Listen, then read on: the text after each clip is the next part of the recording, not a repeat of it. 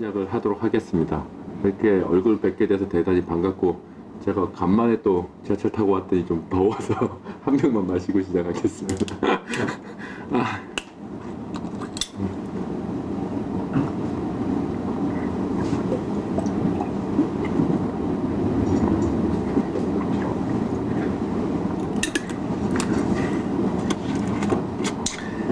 네, 오늘은 사실은 뭐 원래대로 한다면 논문 강독하고 막 그런 걸 해야 되는 시간인데, 논문 강독까지 가기 좀 약간 그렇기도 하고, 그래서 주로 혹시 들어보신 분은 거의 뭐 반복이 되니까 아시겠지만, 좋은 글쓰기나 보고서를 쓰려면 어떤 걸 좀 주의하면 좋은가, 이런 말씀을 좀 드려요.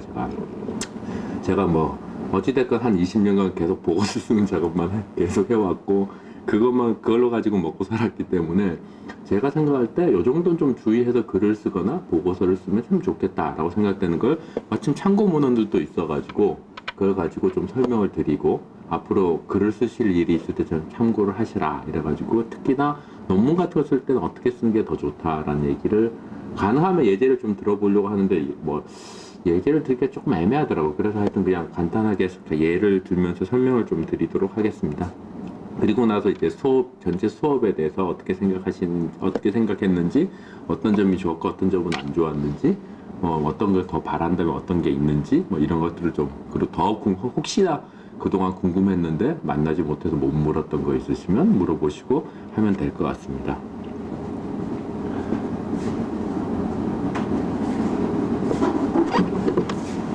일단 보이시나요? 이게 잘 좀 안 보일 것 같은데 너무 흐려가지고. 예.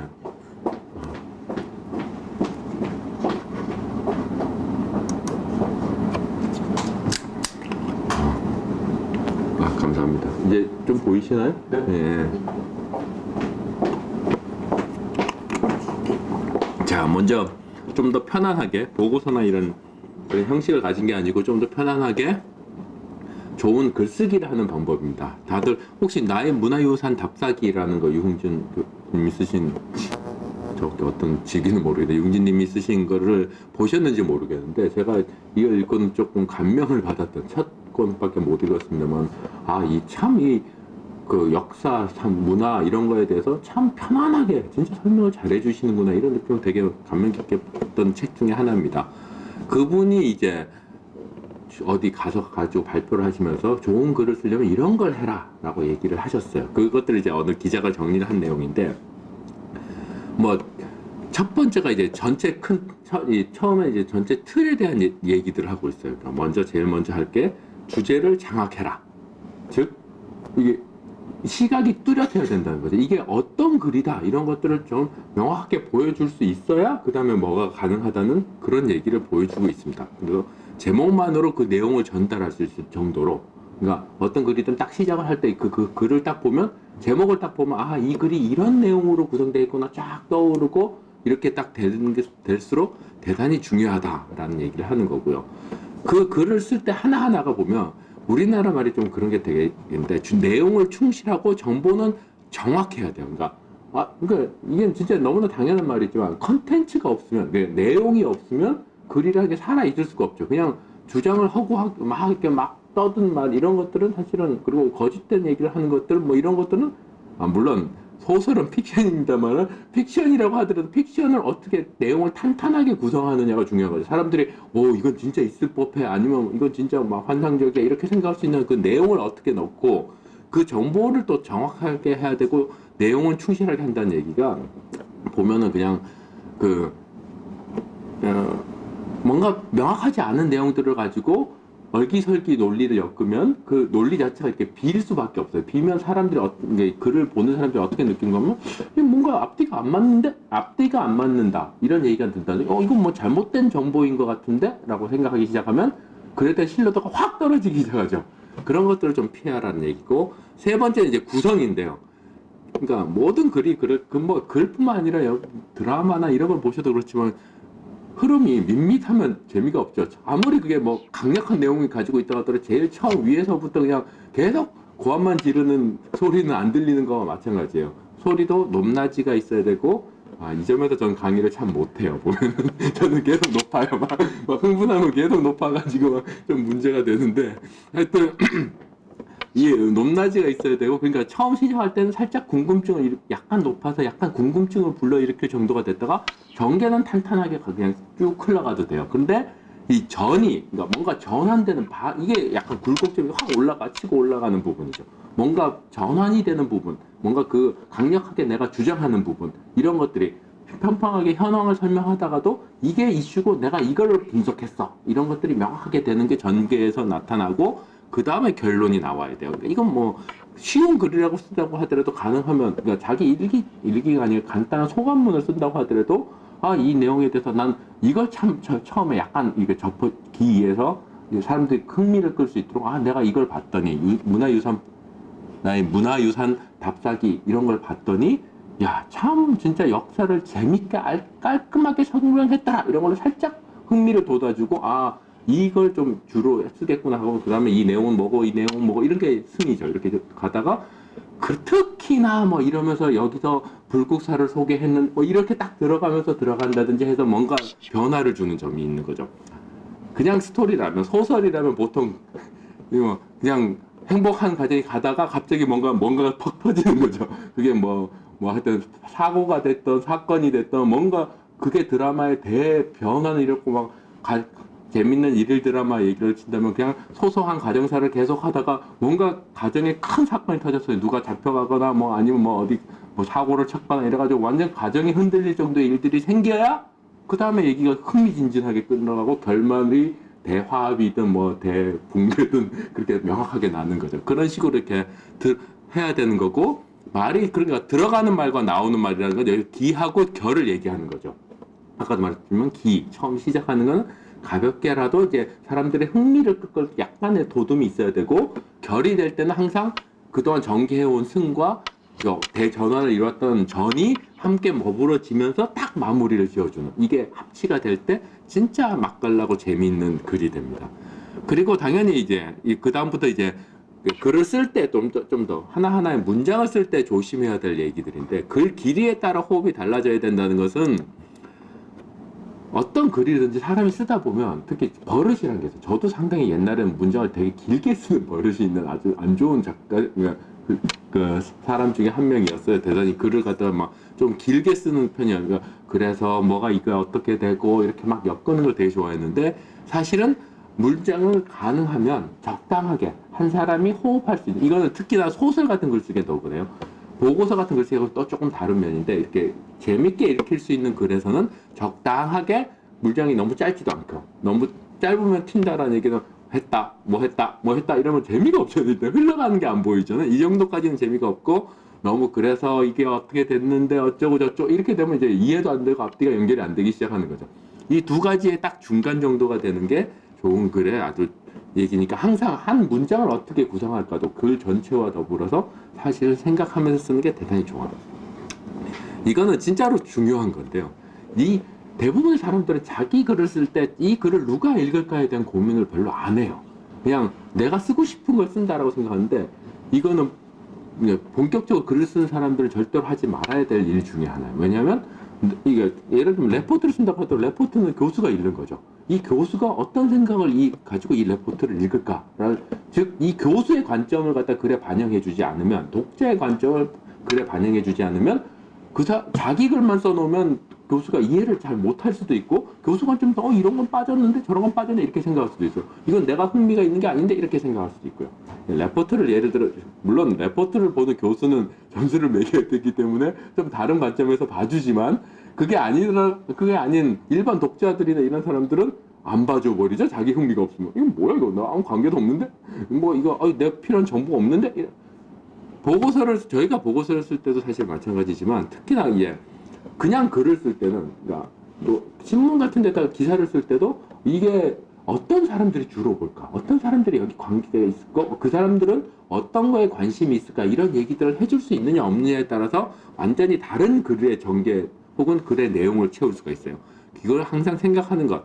먼저 구성을 잡을 때부터 생각해야 되고, 쓸 때도 말을 너무, 그러니까 예를 들면, 기자들은 그런 얘기를 하죠. 보통 중학교 2학년이면 다 이해할 수 있게 써라. 요즘 중학교 2학년이면 진짜 웬만한 건 다 이해하는 수준입니다만은 하여튼 간에 그렇게 쓰라고 하지만 자기 독자 수준이 또 완전 대학교 논문을 쓰는 거하고 그리고 또 일반 독자에게 읽히는 글을 쓰는 거는 내용 잘 글을 쓰는 뭐 용어나 이런 것뿐만 아니라 이 흐름 같은 것들을 완전히 다르게 해야 되겠죠. 똑같이 써놓으면 한쪽에서는 너무 가볍다고 할 거고 한쪽에서는 이게 뭐 이런 글을 내가 어떻게 읽어 이렇게 생각하게 되면 완전히 둘 다 꽝이니까요.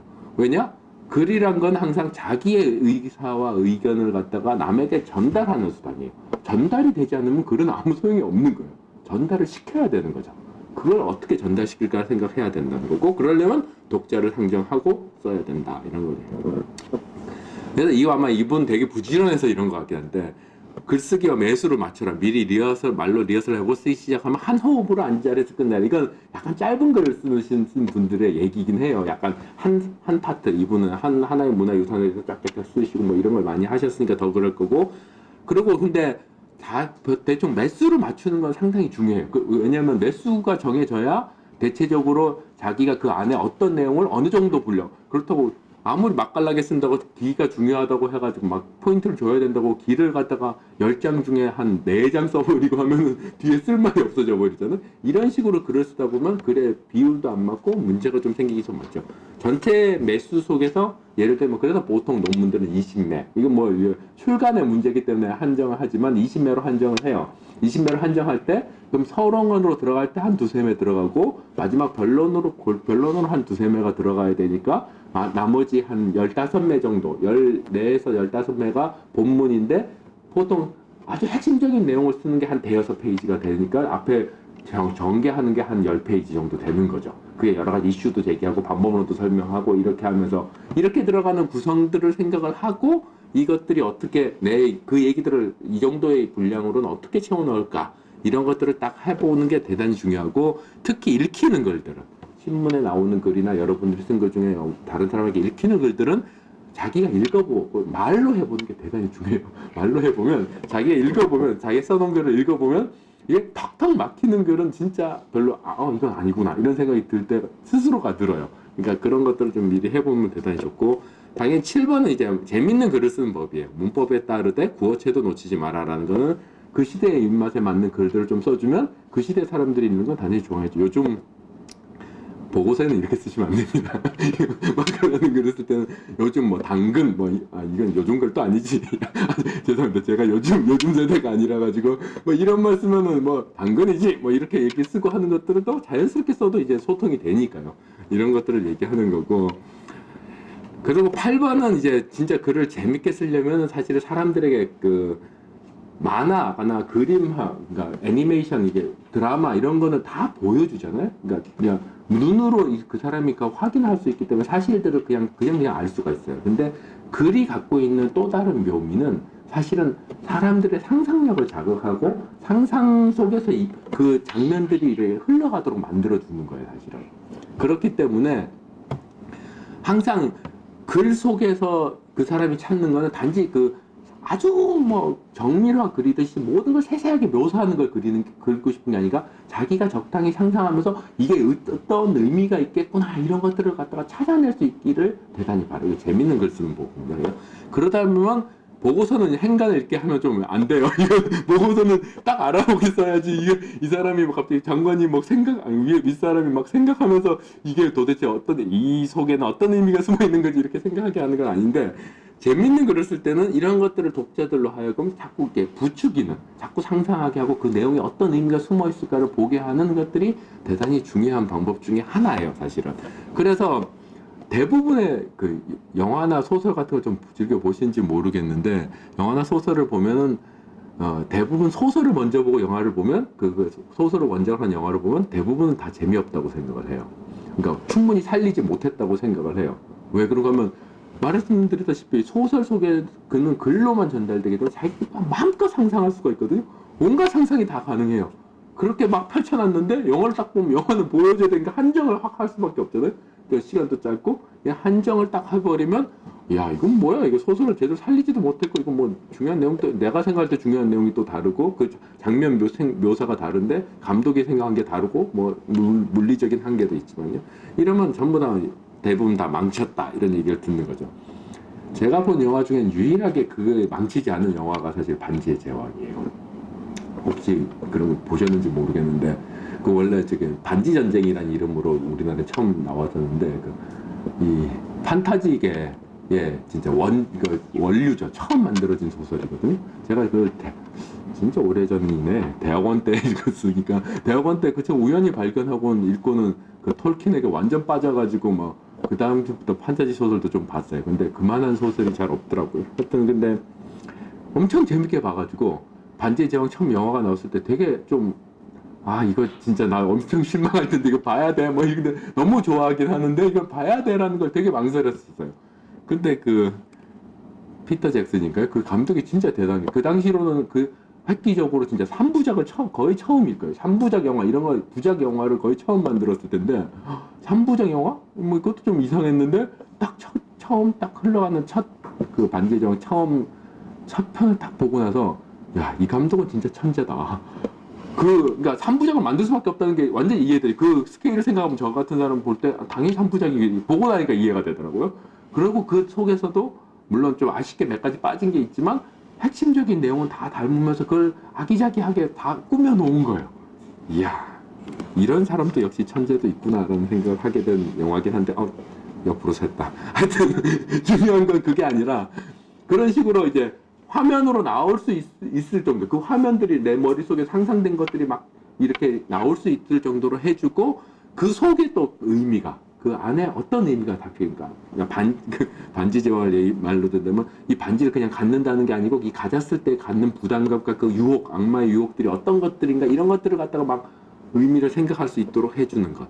그 속에서 그러니까 바로 직설적으로 그 반지는 다 갖고 있는 사람을 유혹을 해가지고 뭔가를 자기한테 사우론이라는 악마한테 뭐 빠지게 하는 거 이걸 다 일일이 설명하는 게 아니라 얘가 이걸 봤을 때 이상하게 행동하는 이런 걸 통해서 행동을 묘사하면서 이렇게 느끼게 해주는 거죠. 독자가 스스로 생각하게 해주는 그런 글들을 쓰는 게 훨씬 더 좋다라는 얘기를 하고 있는 겁니다.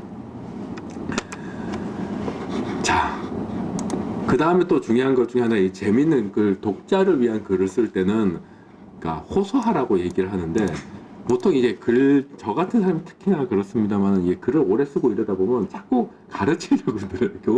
혹시 여기 교사분이나 뭐, 의사 선생님, 간호사 이런 분이 계시는지 모르겠는데, 그런 분들의 버릇도 그거예요. 왜냐면 환자든 뭐, 아니면 독자든, 뭔가 자기보다 이걸 잘 모른다고 생각하니까 자꾸 그리고 교사는 원래 가르치시는 게 일이시잖아요. 그러다 보니까 말을 하든 글을 쓰건 네가 잘 몰라서 그런데 이게 이런 내용이고 내가 요걸 가르쳐 줄게 이런 것들이 막 드러나고 막 강조가 돼요. 근데 사실은 재밌는 글을 쓰려면 그게 아니라 독자 스스로 자꾸 호기심을 느끼고 이제 같이 쫓아오도록 만들어줘야 되니까 그분들에게 마음에 울릴 만한 얘기들을 이렇게 할 수 있는 그런 것들을 되게 좀 해야 돼요. 그런 것들을 연습이 되는 게 대단히 중요한 거죠. 그리고 뭐 당연히 이건 당연한 얘기인데요.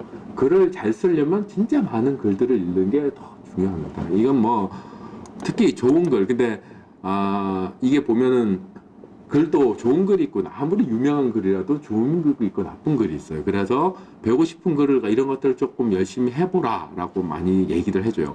그 점에서 제가 최근에 본 책 중에 재밌게 본 게 아마 유시민 아시죠? 지금 썰전으로 더 유명합니다만은 유시민이 원래 유명해진 거는 그 감옥에 가기 전에 학교운동 하다가 감옥에 가기 전에 항소 이유서라는 거, 한 장짜리 항소 이유서라는 걸 써가지고 진짜 유명해졌거든요. 이게 진짜 명문 중에 명문이라고 읽히는 그런 것들인데 이 사람이 진짜 글을 요약적으로 자기 전달을 탁 하는 그런 것들 되게 그것도 물론 이 사람도 그러니까 타고난 천재 뭐 똑똑하니까 가능했겠지만 타고난 천재가 아니라 학생 운동하면서 주로 한 일이 그거였대요.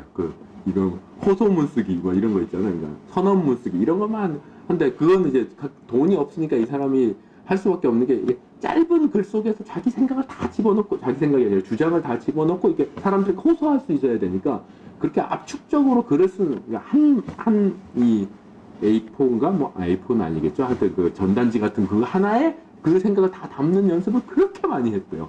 그렇게 많이 하다 보니까 이게 어느 정도 트인 거죠. 트여서 항소 이유서도 그렇게 잘 쓸 수 있죠. 시간도 펑펑 남아가지고 안에 감옥 안에 있으니까 시간도 펑펑 남아서 항소 이유서를 쓰다 보니까 생각 많이 하면서 쓰다 보니까 진짜 잘 썼다고 하는데 그 사람이 글쓰기 책을 하나 책을 했었어요. 그러면서 글을 이렇게 써라 이렇게 써라 그 대단히 중요한 얘기들이 많이 있어서 한번 보시면 좋을 텐데 그뿐만 아니라 더 좋았던 거는 독서할 만한 책들을 권해줬어요.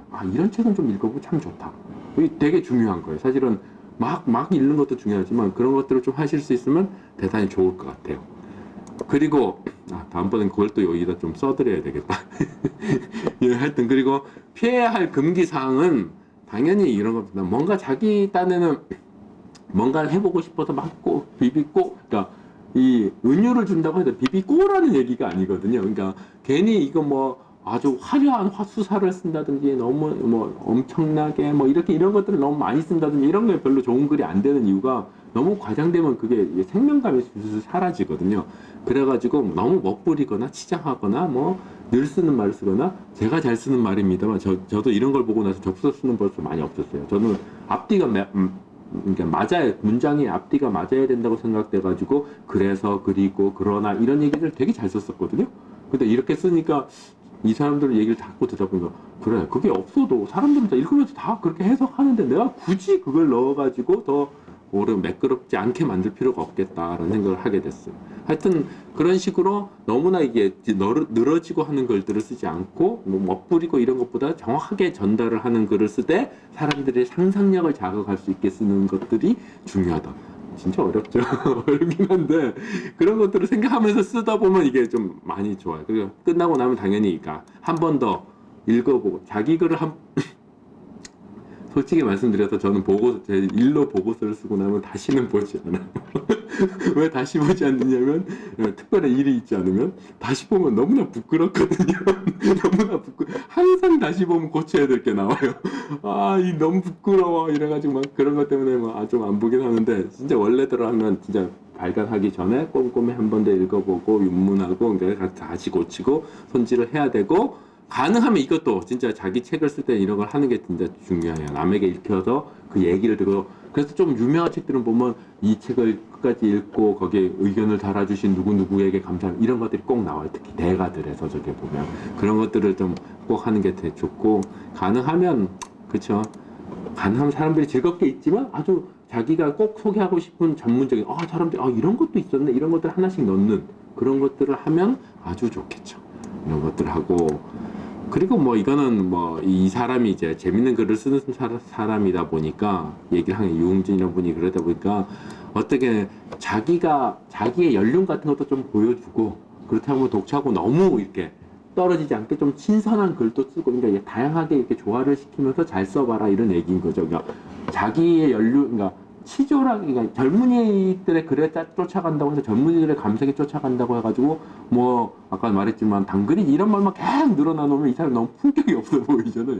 이런 거라보다 적당히 맞춰주지만 사실은 자기가 갖고 있는 그 깊이를 보여줄 수 있는 글을 쓸 수 있으면 좋겠다. 이렇게 해서 치밀하고 분석적인 중년의 글을 즐기자 이런 말로 끝맺고 있는데 이 얘기들이 사실은 조금 약간 다양한 얘기들을 담고 있지만 기본적으로 글이란 어떤 형태의 글이란 걸 쓸 때 가져야 될 기본적인 사고방식을 소개를 해주고 있어요. 나중에 뭐 이 사람의 글을 읽어보는 것도 중요하고 아까 말씀드렸지만 유시민의 글쓰기 제가 제목 까먹었는데 글 쓰는 걸 갖다가 도와주는 책을 만들어서 1, 2권이 나왔던 것 같은데 그런 것들을 보시면 글 쓰는 데는 진짜 도움이 많이 되실 것 같습니다. 지금 이렇게 간단히 제가 좋은 글쓰기 얘기 늦게 오셨던 분 처음 못 들으셨는데요. 좋은 글을 쓰려면 어떻게 해야 되는가를 좀 말씀을 드리려고 하고 그걸 말씀드리고 난 다음에 수업이나 이런 얘기를 잠깐 하고 그렇게 마무리하는 걸로 하도록 하겠습니다. 그렇게 하기로 했어요. 자, 근데 좋은 글의 두 번째는 이제 좀 딱딱한 보고서입니다. 이 보고서라는 거는 앞에 글은 독자 혹은 그건 내 친구일 수도 있고 아니면 이제 책을 사본 사람이고 신문 읽는 그런 사람일 수도 있고 다 다르죠. 근데 여기서 보고서라고 한다면 뭔가를 보고하는 거죠. 보고는 자기 윗사람에게 하는 거죠. 이거는 진짜 근데 사회에서 하다 보면 어떤 일을 해도 하게 되는 경우가 되게 많아요. 어떤 조직에 자기 사업을 따로 하지 않는 이상, 조직에 들어가 있는 이상 항상 보고서는 써야 되죠. 자기 상사한테 뭔가를 알려줘야 될 경우에 그냥 말로 구두로 보고만 할 수는 없기 때문에 이게 이 서면 보고가 그렇게 나쁜 게 아닌데 요즘은 서면 보고란 얘기를 하면 좀 이상해져서 좀 그렇습니다만은 서면으로 보고를 할 수밖에 없는 거고 그것들을 할 때 이런 원칙을 얼마나 잘 지키느냐가 훌륭한 보고서를 쓴 거냐 안 쓴 거냐 이런 것들이 나와요. 이게 재밌는 게 이 글이 나온 게 어딘가 하면 청와대예요, 청와대. 대통령 비서실에 보고서 품질 향상 연구팀이라고 2007년도에 이걸 만들었거든요. 이게 청와대 보고서 작성법, 칭찬받는 보고서 작성법, 뭐 이런 걸 만들었는데, 이 당시가 아마 노무현 정권이었을 거예요. 노무현 정권 때 이 위에서 보고를 봤는데, 이게 공무원들이 보고에 이 체계가 안 잡혀 있어가지고, 이게 진짜 너무 중구난방이다. 이래가지고, 이 사람들이 도저히 안 되겠다. 보고서 쓰는 법을 가르쳐야 되겠다. 이래가지고 이걸 만든 거였더라고요. 하여튼 그러니까 훌륭한 보고서가 되려면 당연히 목적을 분명히 해야 되는 거죠. 이 목적과 아까 유흥진의 글쓰기도 사실 그렇잖아요. 처음에 주제를 딱 던졌을 때 사람들이 알아채도록 뭐 주제 하나로 그러니까 제목 하나로 알아채도록 하라고 하죠. 마찬가지예요. 보고 목적이란 게 명확하지 않으면 이게 하여튼 뭐 현실 얘기를 자꾸 하다 보면 좀 이상해지니까 그거 빼고 하여튼 이 보고가 도대체 어떤 사건에 대한 건지 뭔가 의사결정을 내려달라고 하는 건지 사건을 그냥 알려주는 건지 의사결정을 내려달라고 하는 건지 뭐 대부분 의사결정을 내려달라고 하는 거지. 근데 의사결정을 내려달라면 어떤 사항에 대해서 외교 사항에 대해서 아니면 국가적인 위기 사항에 대해서 아니면 경제 상황에 대해서 그 중에 어떤 문제점을 해결하려고 하는 건지 이런 것들이 일단 명확하게 목적이 처음에 딱 드러나야 돼요. 그래야 윗사람이 딱 볼 때, 이게 바로 이런 보고, 중국 예를 사업으로 얘기한다면 중국에 우리 사업이 진출을 해야 되느냐 말아야 되느냐, 이거 결정해야 됩니다. 이런 것들이 그럼 사람들이 일단 그걸 생각하면서 볼 거 아니에요. 근데 그게 아니라, 저 지금 시장을 분석해 봤는데요. 분석해 봤더니 우리나라만으로는 안 돼. 뭐, 이거 도대체 주제가 막 흐트러지면 사람들이 헷갈리기 시작하는 거예요. 그래서 얘가 뭘 말하고 싶어 하는 거지? 이렇게 되면 이제 처음부터 이 사람이 보고를 받는 사람이 흔들리기 시작하는 거죠. 그렇게 되면 좋은 보고서가 되게 힘들어요. 그러니까 처음에 이거는 중국 진출의 타당성을 검토하기 위한 보고서입니다. 예를 들어 뭐 이런 식으로 딱 명확하게 해주고 그래 이렇게 해서 보기 시작해야 되는 거죠. 그리고 보고서의 다른 이슈와 주제가 수요자에게 충분히 갇힌 내용에 대한 인지, 즉 이 회사는 중국 진출을커녕 국내 시장에서도 빌빌거리고 있어서 뭐 국내 시장 하는 게 더 급한 회사한테 가서 내가 중국에 어쩌다 가봤더니 뭐 중국 시장이 너무나 좋아요 뭐 이러면서 가져가면 이건 뭐 얘가 무슨 소리 하고 있는 거야 지금 이런 얘기가 나오는 거죠. 그러니까 분명하게 이 보고 받는 사람이 정확하게 관심이 있고 진짜 흥미를 끄는 내용인지 이런 것들을 병역의 이슈가 정확한지 건지 이런 걸 봐야 된다는 거고, 그 다음에 당연히 보고서는 객관적으로 써야 되기 때문에 아까 유흥진의 그거는 좀 더 주관적이어도 되거든요. 자기 감성을 막 담아서 써도 상관없고 더 독자들한테 같은 감정을 불러일으킬 수도 있고 그래서 좋을 수도 있어요. 근데 여기는 아니죠. 여기는 분명히 결정을 내리기 위한 판단 자료를 줘야 되는 거기 때문에 이해관계 하나 선입견은 당연히 배제하고 확인해서 정확한 사실만, 진짜 정보의 내용이 훨씬 더 중요해지는 거죠. 이 내용을 확인해가지고 판단에 도움이 되도록 작성해야 된다. 그러니까 단편적이나 특정, 우리가 볼 때 이 상황은 이래요. 이런 식의 글이 아니라 외부의 뭐 중국 시장에 검토를 해보니까 관련 물품의 수요가 이렇게 증가하고 있고 수요자 의견 이런 것들이 나오고 있고 대신 공급은 많이 제한돼 있고 뭐 이런 식으로 뭔가 자기가 그쪽에 진출을 원한다면 이런 것들을 명확하게 해야 돼요. 근데 그게 자기한테 유리한 것만 담아도 안 되는 거죠. 근데 별로 없었는데 독일에 어떤 회사도 들어오고 있고 뭐 이래서 우리보다 상당히 강한 애도 있고 하다면 그 사실도 다 밝혀줘야 되는 거죠. 단 그래도 우리가 들어갈 만한 가치가 어느 정도 있다라는 걸 주장을 할 수는 있지만요. 그러니까 과거 사례나 타부서 의견 같은 것들 다 그전에 그런 검토를 안 했는지 했는데 뭐가 문제였는지 이런 것까지 다 정보를 전달해 줄 필요가 있다는 거고요. 당연히 뭐 보고 취지나 보고 배경, 추진력이나 정책 이런 걸 정확히 하고 출처가 분명한 자료를 써야 되겠죠. 이 자료가 어디서 요즘 인터넷에 온갖 얘기들이 다 떠들고 혹시 네이버에 지식인 이런 거 써보셨나요? 직접 써보셨는지 어떤지 모르겠는데 지식인에 뭐 질문을 하면 답이 돌아오잖아요. 진짜 황당한 답변도 많이 있거든요. 근데 잘 모르면 황당한 답변도 뭐 최고의 답변 이렇게 써놓을 수 있어요. 진짜 서로 모르는 사람들이 묻고 대답하는 경우가 있으니까 그런 걸 막 쓰면 상당히 곤란해지는 거죠. 그리고 뭐 당연히 정확하게 최대한 확인해서 정확하게 하라. 다음에 이게 보고서를 이게 내용에 대한 얘기고 이 보여줄 때 또 하려면 내용과 취지가 간단하고 명료하게 참 말은 쉽지. 근데 이걸 정확히 하려면 요게 중요한 거예요. 내용과 구성이 산만하도록 최대한 간결하게 하는데 많은 내용을 담으려고 하지 마라. 즉 정확하게 꼭 필요한 것만 담으려고 딱 이게 다 쳐내라. 이게 이것도 필요한 것 같아, 저것도 필요한 것 같아 했는데 진짜 중요한 게 뭔지 그거를 판단을 할 때 육하 원칙에 의해서 누가 언제 무엇을 어떻게 왜 하나 더 있는데 어디 갔지? 어디서는 앞에 들어가야 되는데 빼먹었네요. 예, 하여튼 이런 육하 원칙에 의해서 정확하게 생각을 해보고 그 중에 어떤 것들이 중요한지를 명확히 담을 수 있도록 하고, 예. 당연히 뭐 아까도 말했지만 너무 화려하게 극히 매우 이걸 봤더니 중국 시장이 매우 커지고 있고 뭐 이런 식으로 너무 뭐 그런 것만 얘기하는 건 별로 안 좋은 거라는 거죠. 그리고 단어의 과도한 압축 이거 되게 조심해야 될 거죠. 이런 보고서는 혹시 개조식이라는 표현 아시는지 모르겠어요. 개조식, 서술식, 찍땡식 이런 식 얘기 들어보셨어요? 동그라미하고 쭉 했음 뭐 찍 해가지고 뭐심 이런 식으로 끝나요. 완전히 줄줄줄 쓰지 않고 이 개조식은 쓰는 법이 좀 다른데 개조식은 항상 두 가지씩 그러니까 먼저 결론을 확실히 얘기해주고 뭐 그 다음에 서술을 해야 되는 이런 식으로 해야 되는데요. 이런 것들을 갖다 하다 보면 이 개조식을 쓰다 그런 걸 개조식을 쓰다 보면 어떤 일이 벌어지냐면 누가 무엇을 했다가 명확하지 않게 그러니까 예를 들 수가 없네.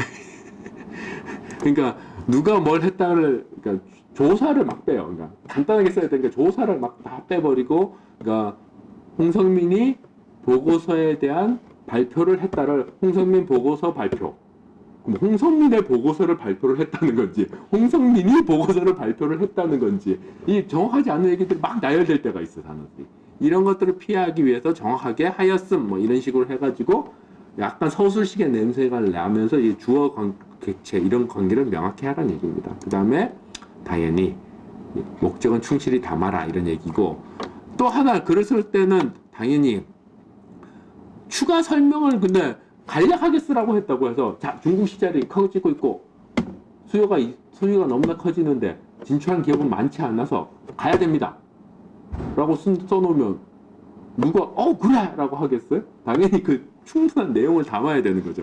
이 자기가 필요한 정보 그리고 위해서 중국 시장이 커지고 있다는 거와 관련된 정보라든지 아니면 수요자가 많이 생기고 있다는 정보라든지 그런 것들을 많이 써주는데 가능하면 그 사람이 받는 사람이 보기 좋게 너무 어려운 말을 쓰지 말고 간단하게 쓰고 예시나 사례, 그래프나 그림 같은 걸로 소개를 탁탁탁탁 할 수 있으면 아주 좋은 거고 그죠? 어렵게 쓰는 것은 쉽고 쉽게 쓰는 것이 어렵다. 이건 모든 글에 사실 특히나 보고서가 그렇지만 모든 글에 해당되는 게예요. 사실은 뭔가를 막 장황하게 쓰고 어렵게 쓰고 뭐 어려운 말 막 붙여서 쓰는 건 아주 쉬워요. 근데 이거를 아까도 말씀드렸죠. 중학교 2학년들이 이해하게 쓰려면 자기 걸 완전히 소화한 다음 자기가 그 말을 다시 풀어 써야 돼요.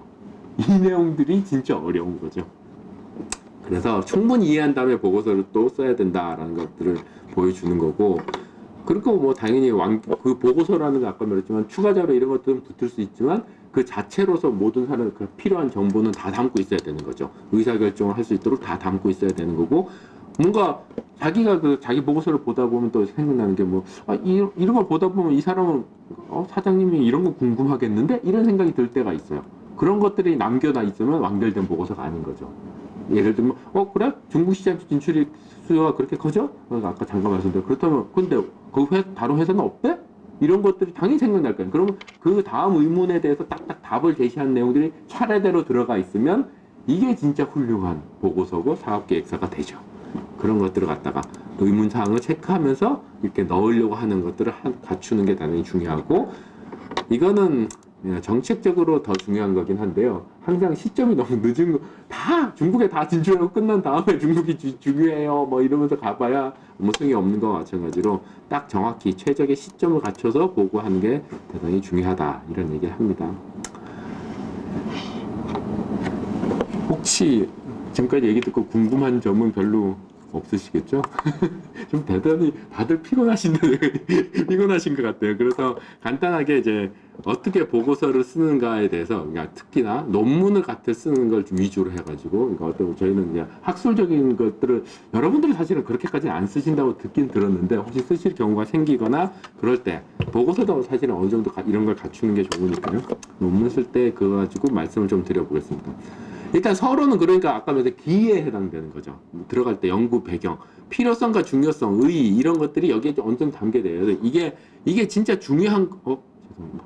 이게 진짜 중요한 거야라는 사항들에 대해서 뭔가 제시할 수 있는 게 있어야 돼요. 그리고 내가 뭐에 문제가 있어서 이걸 하려고 하고 이게 왜 중요한가 이런 얘기들을 사람 딱 느끼도록 사실 서론은 어느 정도 그 배경에 이게 이런 것들 얘기를 해야 돼요. 그럼 일단 문제의식이 분명해야 되는데 문제의식이라는 게 분명하다라는 것들을 얘기하는 좀 요즘 혹시 4차 산업혁명에 대한 얘기들 많이 들어보셨나요? 인공지능 기술이 발달해서 로봇이 사람의 일자리를 대체할 거야 뭐 이렇게 얘기를 많이 하고 있죠. 뭐 그런 것들이 4차 산업혁명 그 핵심은 뭐 온디맨드 경제 뭐 이런 얘기를 하지만 뭐 어쨌든 간에 이거 4차 산업혁명이라는 것이 앞으로 고용이 우리 사람들의 일자리에 엄청난 영향을 미칠 거다 이런 얘기들이 그 지난번 다보스 포럼인가에서 그 크라우드 슈밥 이런 사람이 처음 얘기를 탁 던졌어요. 전 세계에서 700만 개 일자리가 사라질 거다 이제. 그리고 200만 개밖에 더 안 생겨서 500몇 명이 실업자가 될 거야. 뭐 이렇게 막 아주 센세이션을 주장을 해가지고 난리가 났었어요. 그게 그때 때문에 유명해졌는데 그래서 저희도 사실 이런 거와 관련된 연구를 많이 해요. 근데 그때 문제를 던질 때 이걸 주의해야 되는 게 뭔가 하면 4차 산업혁명이 고용에 미친 영향은 무엇인가? 이게 문제의식 같죠? 일자리가 줄어든다고 하니까. 근데 이게 그 논문이나 글을 쓸 때의 정확한 문제의식은 아니에요. 여기 너무나 많은 내용이 담길 수 있어요. 그걸 좀 더 내려가야 진짜 문제의식이 나와요. 예를 들자면 4차 산업혁명이라는 게 발생해서 우리나라 전체 일자리 전체를 줄일 건가 과연? 아니면 줄인다면 그 시기는 도대체 언제부터를 얘기하는 거야? 이게 10년 뒤 얘기인지 20년 뒤, 100년 뒤 얘기인지 이런 것들? 아니, 그리고 줄인다고 하는데 그러면 10명 줄이면 아무 문제도 아닌 거잖아요. 생산성 높아지고. 10명을 줄이면 100명 얼마나 줄인 거야? 어느 거에 내가 초점을 맞출 것인가? 난 진짜 이게 줄인다고 생각하는데 10년 후가 될 거라서 문제라고 생각한다. 이게 진짜 문제의식인 건지.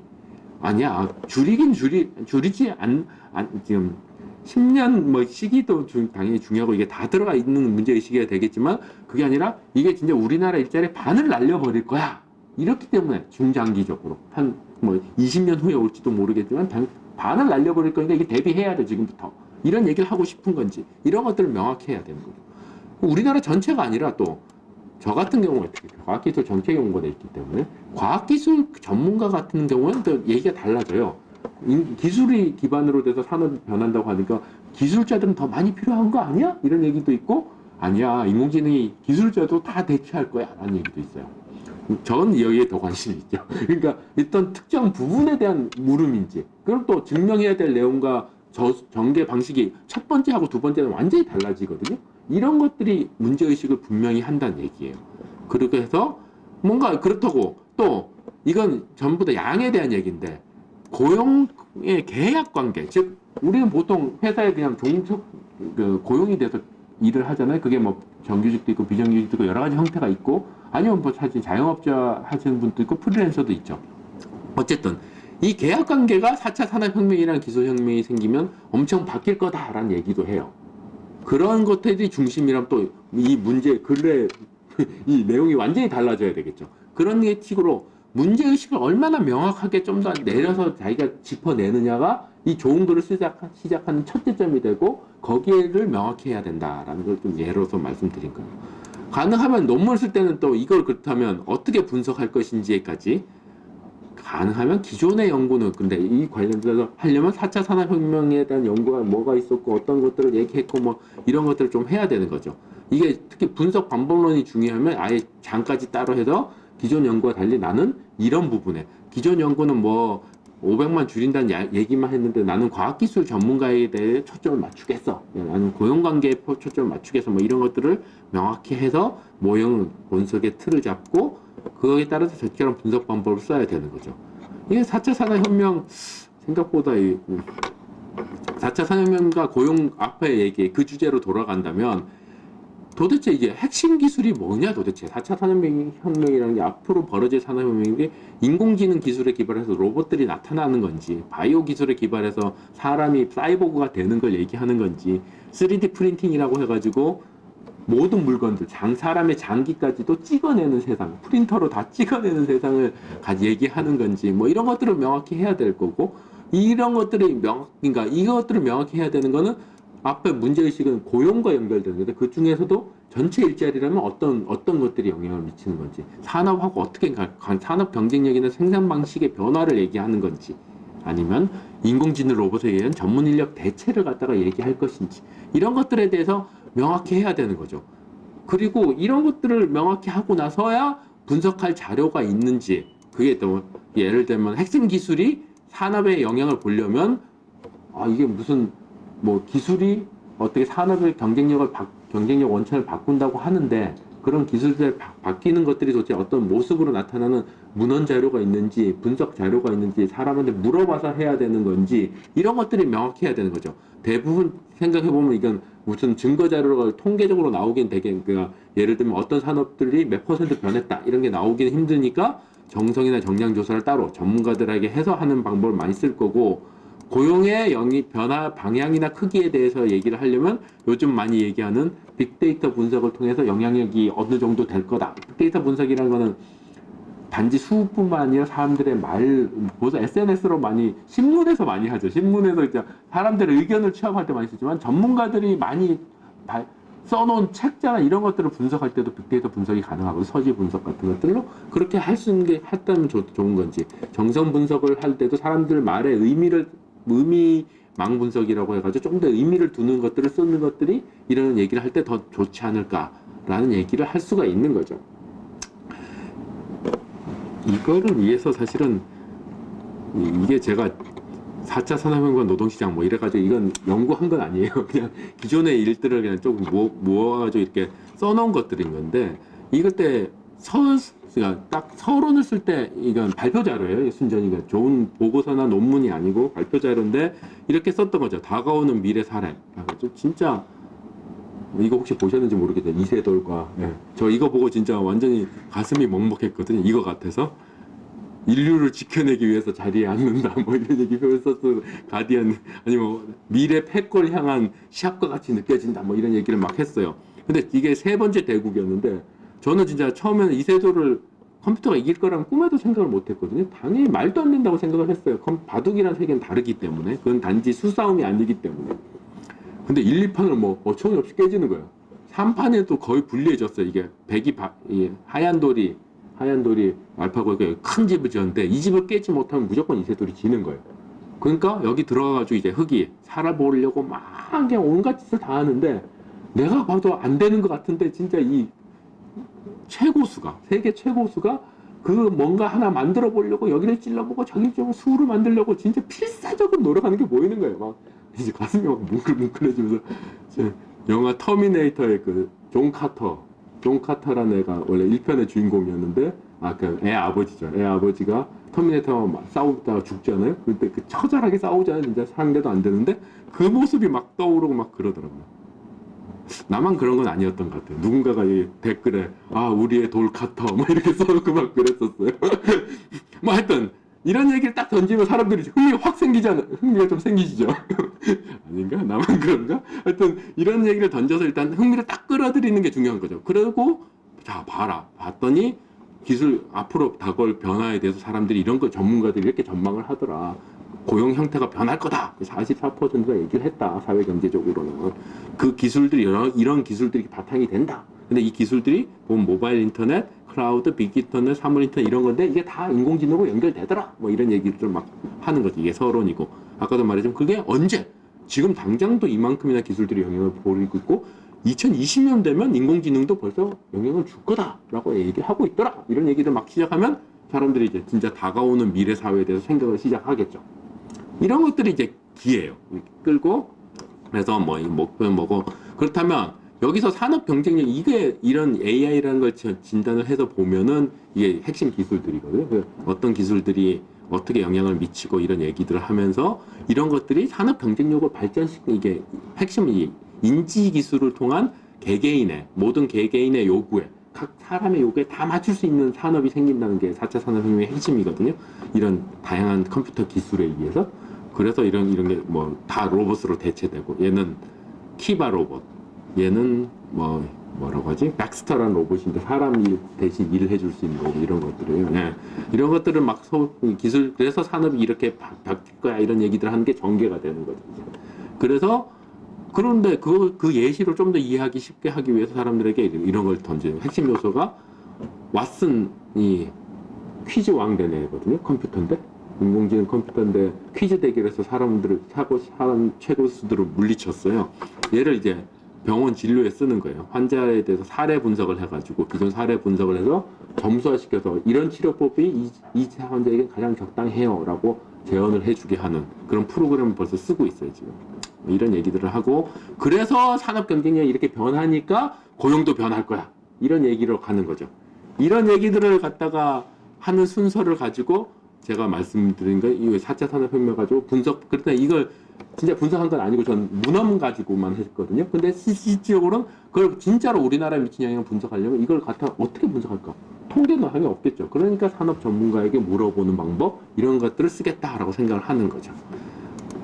아까 현황과 문제점은 아까 제가 간단히 보여드린 그 내용들에 다 있는 건데, 뭐, 경계 현황과 고용 관련 이슈에 대해서 얘기를 할 때는 좀 더 구체적으로 들어갈 때는 이런 얘기들을 쓰죠. 기존의 연구 중에 가장 유명한 게 이 두 가지인데 하나가 프레이 앤 오스본 2013년에 해봤더니 한 47%의 고용이 미국의 직업 중에 47%의 고용자들이 대단히 위험한 70% 이상 대체될 거다 뭐 이렇게 얘기해가지고 센세이션하게 불러일으켰어요.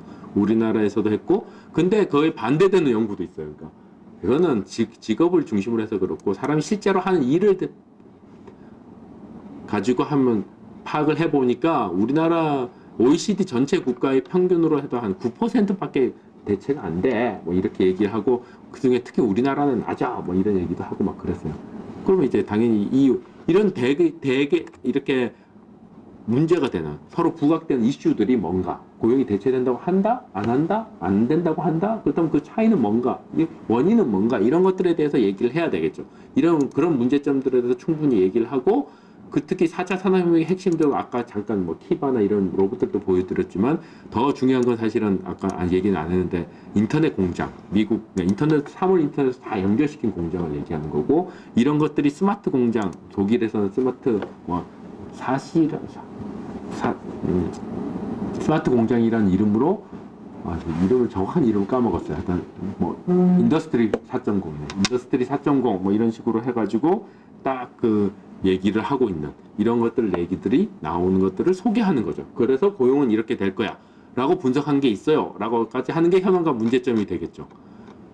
그런데 여기서부터 아직 돼 있지 않지만 그렇다면 나는 뭘 할 건데 가 여기에 명확히 나와야 되는 거죠. 아까 문제의식으로 던졌던 고용 패러다임은 별 거야 아니면 나는 여기서 고용 패러다임이 아니라 우리나라의 과학기술 전문가 일자리가 어떻게 변하는지 볼 거야. 그다음 그거를 보려면 도대체 내가 써야 될 건 우리나라 노동시장에 어떤 데이터를 쓸 거고 어떤 방법론을 쓸 것지를 명확히 해가지고 그 고용 변화 방향 크기 시기 이런 것들을 진단하고 그 결과의 의미까지 다 설명을 해야 되는 거죠. 이게 설명이 되고 나면 마지막으로 결론을 쓸 수 있겠죠. 그래서 이것들은 우리나라에 미치는 의미가 뭐니까 우리가 정책적으로 어떻게 대비하는 게 좋겠다. 뭐 이런 식으로 글을 쓸 수 있으면 가장 좋겠다는 말씀을 드리는 거고 혹시나 조금이라도 도움이 될까 해서 예제를 좀 말씀을 드려봤어요. 어쨌든 보고서나 논문을 살려면 자신이 주장할 게 있어야 돼요. 앞에 제가 발표자를 보여드리면서 이게 연구한 게 아니다라고 말씀드린 건 그냥 문헌 조사를 한 거에 불과하기 때문에 내가 새로운 걸 집어넣은 게 아니라 단지 난 이런 가능성에 대한 마지막에 해석만 집어넣었어요. 그거 가지고는 연구라고 할 수 없는 거죠. 그냥 나의 의견을 하나 더 넣은 것 뿐이니까 그 의견을 관철시키기 위해서는 그 의견이 맞다라, 그 주장이 맞다라는 증거 자료들을 집어넣어줘야 돼요. 그걸 해야 연구가 되는 거죠. 그렇게 기존 연구와 구분되는 자기의 주장과 그 주장을 뒷받침할 근거, 즉 논거를 분명히 하는 글을 써야 보고서나 논문이 훌륭하다고 되고 당연히 남의 글을 최대한 안 가져와야 되는 거죠. 그대로 가져오는 건 말이 안 되고, 가져왔으면 이 의미가 있기 때문에 가져온 거고, 가져왔다는 사실을 분명히 해줘야 되는 거고, 그런 것들이 특히나 요즘에는 아까 말씀드린 기술 발전이 너무나 잘 돼가지고요. 뒤치면 웬만한 것들 다 나와요, 다 나와. 카피킬러 이런 것도 프로그램이 나와가지고요. 기존 보고서나 이런 걸 쫙 비교를 해가지고 세상에 단어가 겹치는 것들은 그대로 보여줘요. 아니, 너 이만큼 이 보고서랑 겹쳤어. 이러고 막 보여줘요. 무서운 세상이에요, 진짜. 하여튼 그렇게 됐기 때문에 진짜 주의해야 되는 상황이 됐다라는 걸 말씀드리면서 생각보다 길어졌네요. 오늘 얘기는 이걸로 마치도록 하겠습니다. 예, 고생하셨습니다. 혹시 궁금한 거 있으면 질문해 주세요. 듣고. 아니, 꼭 하셔야 되는 건 아니고, 그냥 혹시 궁금한 게 생기셨으면. 없으면 수업에 대한 얘기를 간단히 하고 마무리 짓도록 하겠습니다. 수업 잘 들으셨어요? 어렵진 않으셨어요? 얘기가 이해하는데 어려움은 없으셨나요? 아니면 또 뭐 이건 이렇게, 자, 이제 무려 제가 이걸 시작한 지 올해가 3년째가 되더라고요. 그래서 저보고 다시 찍으라고 지금 막 압박이 들어오고 있는데, 다시 찍으면 어떻게 하면 좋을까, 이런 힌트도 좀 주시면 저로서는 대단히 고맙고요. 뭐 어떤 점들이 좋았다, 어떤 점들은 안 좋았다, 이런 얘기를 해주시면 도움이 될 것 같은데. 기본적으로 교수님 강의 같은 경우는 이제 일정한 시간 부분이고 일정한 패턴이 똑같아죠. 네. 왔다 갔다 하지 않아서 좀 편하긴 한데요. 네. 근데 이제 다른 교수님들은 얼굴이 나왔다가 안 나왔다 하시기도 하고, 어떤 판서 같은 걸로 좀 진행하시기도 하니까 좀 덜 지겨운 면이 있는데. 아, 저는 계속 말만 하고 있으니까. 처음에는 제가 일로 이렇게 쭉 봤으니까 1시간 반 정도 강의가 되지 않습니까? 1시간 반을 참기가 좀 많이 힘들었구나. 것 같아요. 근데 이제 지금은 12강, 13강씩 하니까 지금 1시간 반 강의가 이제 괜찮은데, 처음 같은 경우는 조금 내용을 좀 줄여서라도 짧게 하셨다가 점점 길어지는 형식으로 하면 이 강의에 처음부터 질려가지고 안 듣는 이런 거는 없지 않을까 싶은 생각이 좀 들었어요. 아, 예, 알겠습니다. 좋은 포인트를 얘기해 주셨네요. 근데 강의 교해보니까 조절 사이즈 문제가 이 토해문제는 토해문제가 이게 또 강의 교환의 토해문제하고 여기하고 또 없는 게 있더라고요. 네, 지금 약간 생각해 보시라고 제가 던진 것들도 있죠. 그리고 다른 책에 있거나 이래가지고 보고, 아, 이런 건 좀 생각해 보라고 좀 던진 것도 있습니다. 그대로 하는 것도 중요할 수도 있는데, 너무 그대로만 하면 재미없잖아요, 좀. 학습 활동이나 이런 부분에서 저희가 생각해보는 것도 좋지만, 사실 생각을 해보려면 이론에 대해서 어느 정도 기본 틀이 있어야지 그 다음에 생각을 해볼 수 있는데, 그거를 워낙에 강의 초기 부분에서 많이 모르다 보니까 관련된 동영상 자료라든가 좀 흥미가 있을 만한 내용으로 하나 입수해서 중간에 글을 넣어주시면, 아, 참고할 만한 자료들을. 그렇게 해주시는 게 도움이 되더라고요. 그래서 그거에 대해서 찾아보게 되고 좀 더 알아보려고 하게 되고. 알겠습니다. 잘 참고하겠습니다. 사실 그런 것들을 되게 처음에 많이 해드릴까 하다가 제가 되게 좀 망설인 게, 하나 예제를 좀 거기에 다 똑같은 것만 하실까 봐 약간 좀 다양하게 해보시라고 약간은 조금 안 하려고 생각했던 건데, 말씀하신 대로 너무 안 하면 또 재미도 없고 뭐 이게 어떻게 될지도 모르겠고 막 이러면 또 흥미가 떨어질 수 있으니까, 그 참고 자료를 어떻게든지 좀 전달할 수 있으면 특히 요즘 사이버 시대인데 진짜 사이버 동영상 같은 건 생각을 별로 못했네요. 그런 걸 좀 참고 자료 드리면 좋겠네요. 그리고 제가 이번에 수업 들으면서 이렇게 동영상 같은 건 사실 이렇게 뭔가 걸어놓는 학생들이 봤는지 안 봤는지 있으면 바로 알 수가 있군요. 이런 거에 대해서 그냥 간단하게 보고 나서 뭐 느낀 점, 한 줄 코멘트라도 이렇게 남기라고 하면 그게 수업 참여도 좋겠는 것 같더라고요. 그게 훨씬 더 좋겠네요. 알겠습니다. 제가 주의를 해서 앞으로는 좀 그렇게 좀 더 참여도를 높일 수 있도록 고민을 해봐야 되겠네요. 감사합니다. 그래서 신하고님이시죠? 성함이 죄송한데, 신재주 하고님의 너무 다른 게 나오니까 좀 당황스러우시던가요? 그래서 뭔가 좀 예, 좀 다음 물 붓고 푸스 해나가는데 예, 봤는데 너무 그것도 약간 소개를 조금 더 자세히 해드릴 필요가 있을 수도 있겠네요. 확실히 알겠습니다.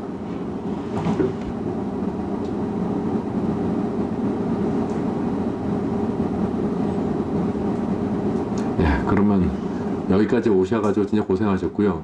누차 이제 아마 강조를 그 과제 낼 때 했지만 전 시험은 보지 않고 과제로 하다 보니까 과제를 만약 안 내시면 점수를 받기가 무척 힘들어. 저도 참 괴로워요, 진짜.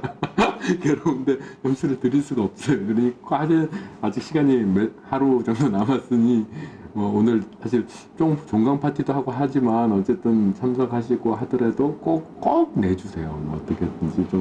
어떻게든 자기 생각을 정리해서 꼭 안 내주신 분들은 여기도 있으신 것 같기도 한데 꼭 내주시면 제가 어떻게든지 참고를 해가지고 점수를 드리도록 하겠습니다. 한 학기 동안 진짜 고생 많으셨고요.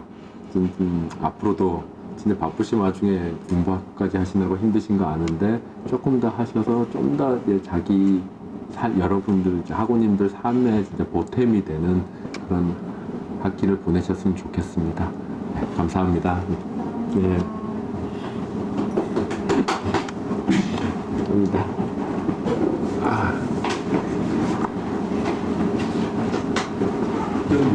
저 앞에 김영성 있어가지고 그걸 보고 올라. 그러셨군요. 괜찮습니다. 참여해 주셔서 감사합니다. 교수님 앞으로 조직론만 하시는 거예요? 저는 아마 인적 자원 개발로 관리론하고 조직론 두 가지는 하게 됩니다. 저희가 들을 수 있는 거는 이 전공 필수는 하나도 없고 다 선택으로만 돼요. 아마 저는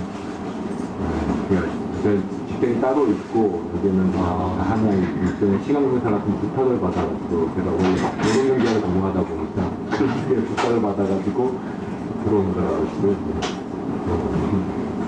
알겠습니다. 예, 고생들 하셨습니다. 감사합니다. 예.